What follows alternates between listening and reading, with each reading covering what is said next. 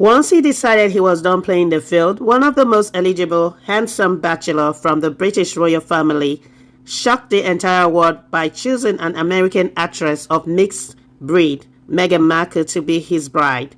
On May 19, 2008, they made it official in a dazzling fairy tale modern-day royal ceremony similar to Princess Diana's magical wedding to Prince Charles decades earlier. Beautiful Meghan locked hands with her dashingly handsome prince, and this time she was not playing a role on TV. Her reality life was unfolding before hundreds of her celebrity and public figure friends, witnessing from far and near, and millions glued to TV watching worldwide. However, barely 2 years into this fairy tale wedding, their peace and harmony was threatened, and things became more complicated.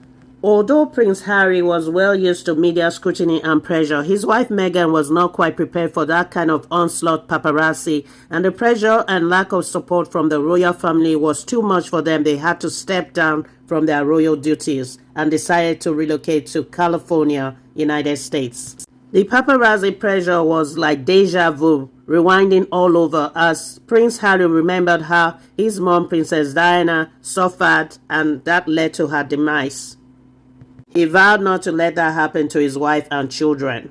In the heat of the turmoil, they chose love over royal benefits. Perhaps that will come back to haunt them. Prior to moving to US, the royal lovers lived for a while in Canada, but they were constantly harassed by press and paparazzi. They feared for their safety. One of their friends, the media giant executive Tyler Perry, came to their rescue, offered an $18 million Tuscan-style luxurious house in a gated community of Beverly Hills. He also offered them a private jet and security for as long as they wanted to stay there. Soon they got a multi-million-dollar deal with Netflix to tell their story, and everyone wanted to. Subscribe to hear all the gory details, the dirty ones, the secret, the unbelievable, and the good ones.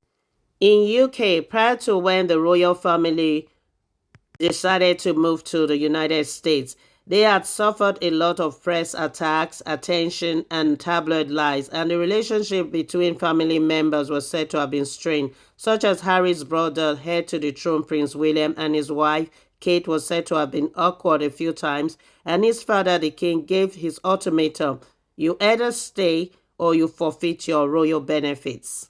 It was a tough decision, but Prince Harry made up his mind that he was going to choose his love over his heritage, and so many of the British could not forgive that.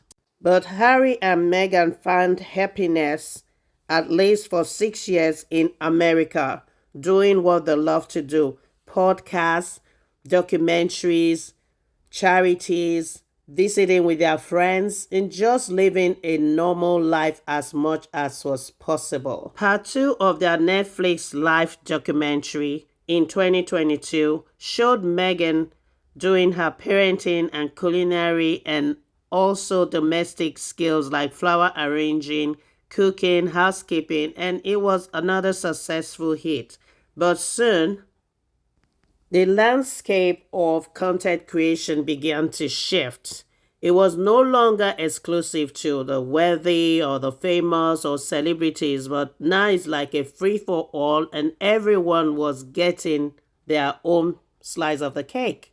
Meghan and Prince Harry found out they had to compete with everyone else just to make it.